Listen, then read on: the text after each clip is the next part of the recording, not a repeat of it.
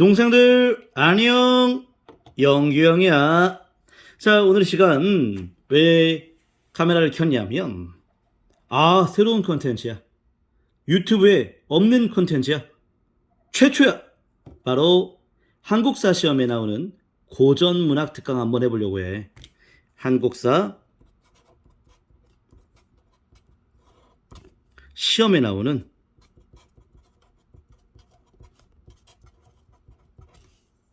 고전 문학 특강이야. 유튜브 검색을 좀 해봤어. 고전 시가, 고전 문학 이런 자료는 많더라고. 그런데 공무원 한국학사 시험에 나오는 고전 문학, 공무원 시험과 관련된 고전 문학 이런 특강은 없더라고. 그래서 한번 준비해봤어. 또 학생들도 많이 힘들어하고, 아이고 시험 문제 안 나오면 안 해. 박용규 형은 시험에 나오는 거 중심으로만 그렇게 가르치고 싶어. 실제적으로 시험에 도움이 되는 그런 강의 해야지. 실사구시형 수업 시험에 안 나오면 안 해. 그런데 말이야, 이거 한번 봐볼래? 동생들 짜잔, 펄펄 나는 저 꾀꼬리 암수소로 정답구나. 외로울 사이 내 몸은 뉘와 더불어 돌아가랴. 자, 이 이별의 정서를 담고 있는 이 시 누가 썼는지를 물어봤어. 그래서 우리 한국사 시험에서는 이 고전 시가, 고전 문학을 통하여서 그 시대를 묻는 문제가 나와. 그 인물을 묻는 문제가 나온다는 거지. 바로 2021년 국가직 9급 문제였어. 최근에 국가직 문제에 이런 문제가 나왔다는 얘기인 거야. 공부해야지. 그런데 고전문학 자체를 공부할 것이 아니라 우리 역사와 관계 있는 고전문학만 다루면 될 것 같아. 맞지? 자, 그래서 하나씩 살펴볼게. 이야, 이거 종이 되게 좋은 종이야. 비싼 종이야. 이거 다이소에서 구입해왔어.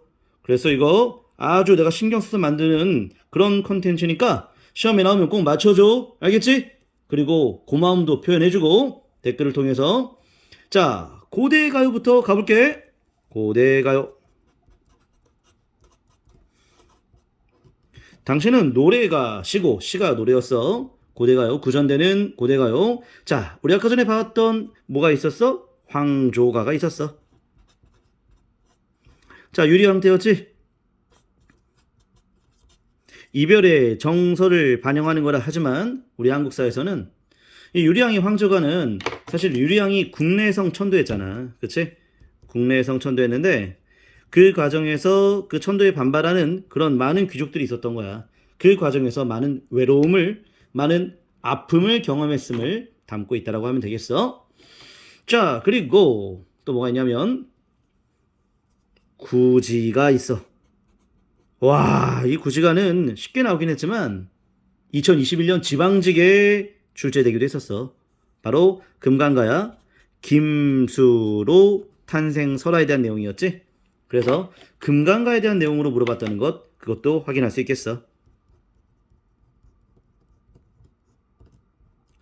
자, 거부가 머리를 내밀어라. 내밀지 않으면 구워서 먹으리. 그런 내용이 있었지. 그 노래를 부르니까 하늘에서 금으로 만들어진 상자가 내려왔고 그 안에서 6개의 황금알이 들어가 있는데 그 황금알 중에 하나에 김수로가 태어난 거지. 그런 김수로의 탄생 설을 담고 있는 것 구지가 좀 알아둘 필요가 있어. 자, 그리고 이거 출제 예상 주제야. 바로 우리 역사상 최초의 서정가요가 있어. 물에 빠진 남편에 대한 슬픔을 담고 있었던 바로 공무도하가 라고 하는 시가 있어. 고조선 시대를 반영하는 거야. 그런데 이 공무도하가가 해동역사에 소개되어 있대. 해동역사. 자, 해동역사 조선 후기 한치훈이 썼던 역사서인데 바로 중국과 일본의 사설을 참고해서 우리 민족사 인식을 넓혔던 그런 의미가 있는 해동역사. 그 해동역사가 고조선부터 기록하고 있었거든. 공무도하가에 대한 내용을 담고 있었다라는 거야. 자, 공무도하가 한번 읽어줄까? 공무도하가 읽어주는데 읽어주는 내용들을 잘 기억하면 좋을 것 같아. 시험 문제는 사료로 언급되니까. 그대여 물을 건너지 마오. 그대 결국 물을 건너셨도다. 물에 빠져 돌아가시니 가시님을 어이할꼬. 이 내용을 담고 있는 거야. 알겠지? 그래서 공부도화가 꼭 좀 기억해주고. 자, 그 다음에 출제 예상 주제 하나 더 가볼게. 아, 이거 나올 것 같은데.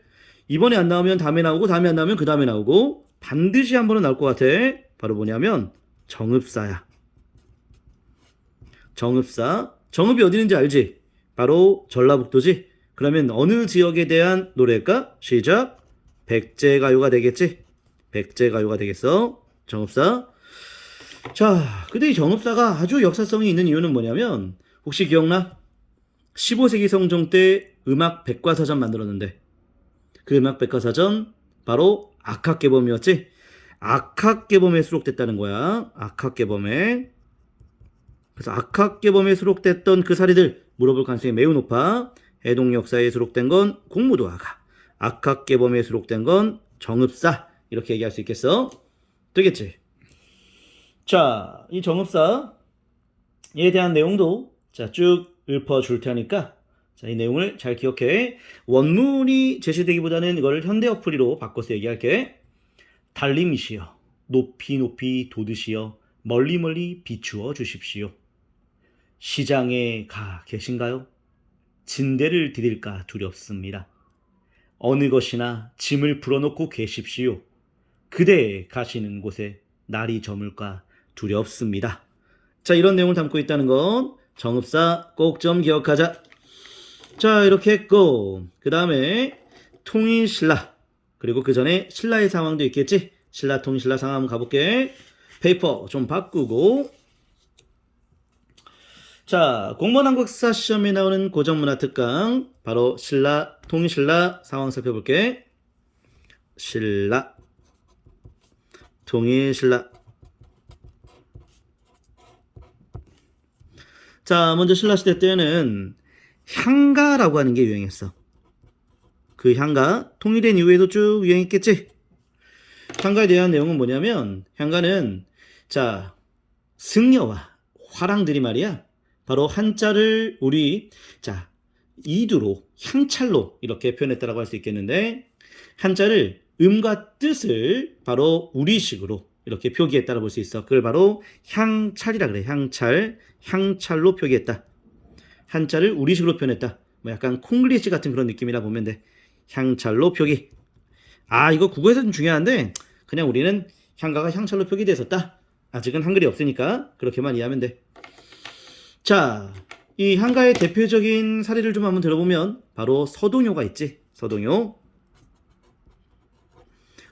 그런데 한국사에서는 그렇게 중요하지 않아.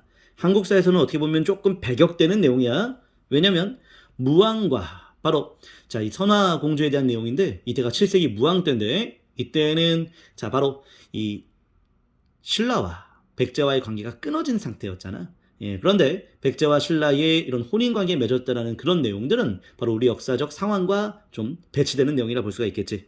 특히 이런 것들이 배치된다는 것을 입증하는 유물이 발견되기도 했었어. 바로 미륵사지 석탑안에 사리암안에 사리봉안기에 바로 사택적덕의 딸이 당시 무왕의 부인으로 이렇게 글귀가 써있기도 했었지. 사택적덕의 딸, 사택성씨는 바로 백제의 성씨였고 아마도 백제 좌평의 딸로 추정되는 바로 무왕의 부인이라고 볼 수도 있겠지. 선화공주는 신라인으로 보기 어렵다는 내용인 거야. 자, 어쨌든 서동요라고 하는 그런 향가가 있다라고 보시면 되겠고, 자, 그 다음에 제망매가라고 하는 게 있었어. 제망매가.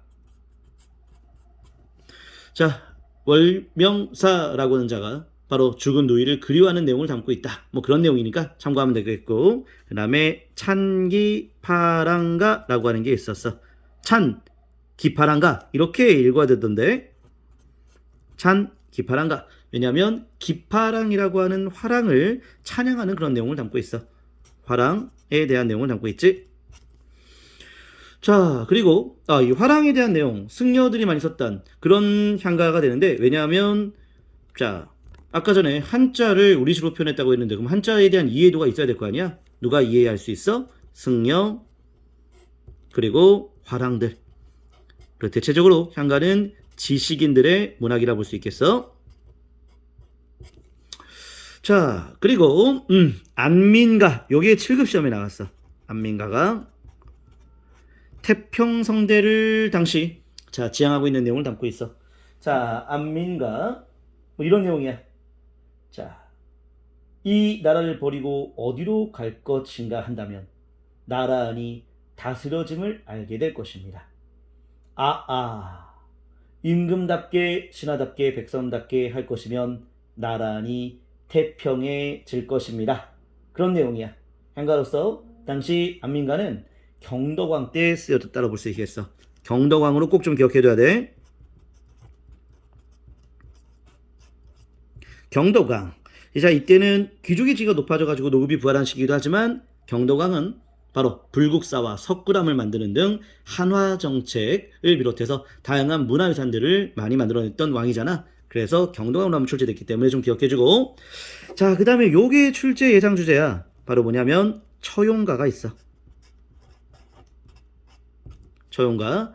이 처용가가 자, 확인해보니까 신라, 통신라 그때 만들어졌다라고 볼 수 있는데 이게 고려갈 때 한번 더 나오더라고. 고려갈 때에 나오는 그 처용가는 바로 신라시대 때 그 향가를 확장해낸 내용이더라고. 자, 그래서 처용가. 자, 처용이 역병을 물리치는 내용을 담고 있는 거는 이제 고려가요에 대한 내용으로 볼 수 있는데 어쨌든 처용가 바로 9세기 때의 신라에서 만들어진 걸로 보면 되겠어. 자, 내용은 자, 당시에 그 상황들을 많이 묘사하고 있는데 한번 읊어줄게. 바로 처용가. 자, 현대역으로 말하고 있는 거야. 서울 밝은 달밤에 밤 늦도록 노인을 나가 들어와 자리를 보니 가랑이가 넷이더라. 둘은 내 것이고 둘은 네 것이고 본디 내 것이지만은 아삭한 것을 어찌하리오. 이런 내용을 담고 있어. 자, 여기 이제 처용가인데 특히 처용가가 이제 고려가요에서는 처용이라고 하는 자가 역병을 물리치는 내용까지 담고 있기 때문에 지금 코로나 이 위기 상황 속에서 처용가에 대한 언급을 좀 더 할 수 있지 않을까 생각도 한번 해보게 돼. 다시 처용가는 자 9세기 신라 헌강왕 때 만들어졌던 바로 향가인데 헌강왕은 우리가 알고 있는 진성여왕 그 살짝 이전의 왕인데 어쨌든 그 처용가가 고려가요에서 확장되었다라고 보면 되겠어. 자, 이렇게 봤고 자, 그 다음에 향가가 신라 통신라 때 유행하긴 했지만 고려 때 거도 하나가 있어. 고려 때 거. 우리 하나만 더 표기해 볼게. 바로 뭐냐면 보현 10원가라고 하는 향가야. 확인해 보니까 국문학 작품에서는 그렇게 큰 의미는 없더라고. 그런데 우리는 되게 중요해.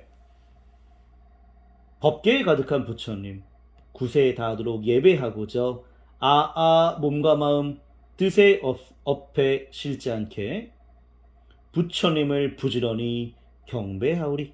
부처님을 부지런히 경배하오리. 균여전에 소개됐던 바로 보현시범가 향가라고 볼 수 있겠어. 자, 그래서 향가는 말이야. 자, 균여전이라고 있어. 균여의 일대기를 소개한 건데 균여의 일대기. 자, 그 균여전에 바로 보현시범가가 들어가 있어. 거기에 11수가 수록되어 있고 자, 그리고 삼국유사를 기억해야 돼. 삼국유사에 바로 14수가 기록되어 있어. 그래서 총 균여전과 삼국유사 여기에 향가가 수록됐다는 것까지 살짝 알아도 이런 내용들은 우리 한국사에 좀 언급이 돼. 삼국유사 되게 중요한 책이잖아. 그렇지? 이렇게 얘기하면 되겠어.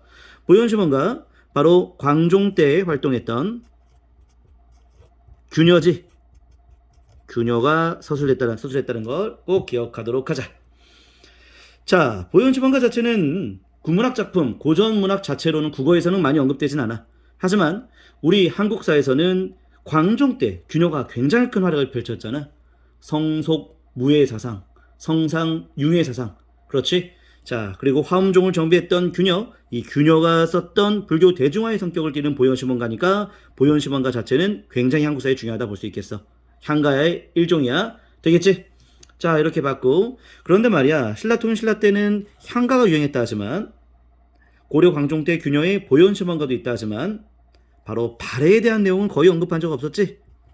발해에 대한 내용도 좀 예측 가능한 주제야. 한 번 정도는 출제될 수 있지 않을까 싶어. 바로 누가 있냐면, 발해에는 바로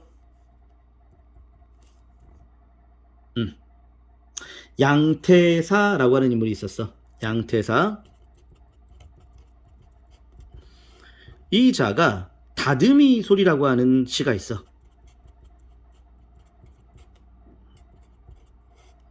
자, 왜 중요하냐면 양태사라고 하는 인물이 바로 일본에 가서 고국을 그리워하는 내용을 담고 있는 거야.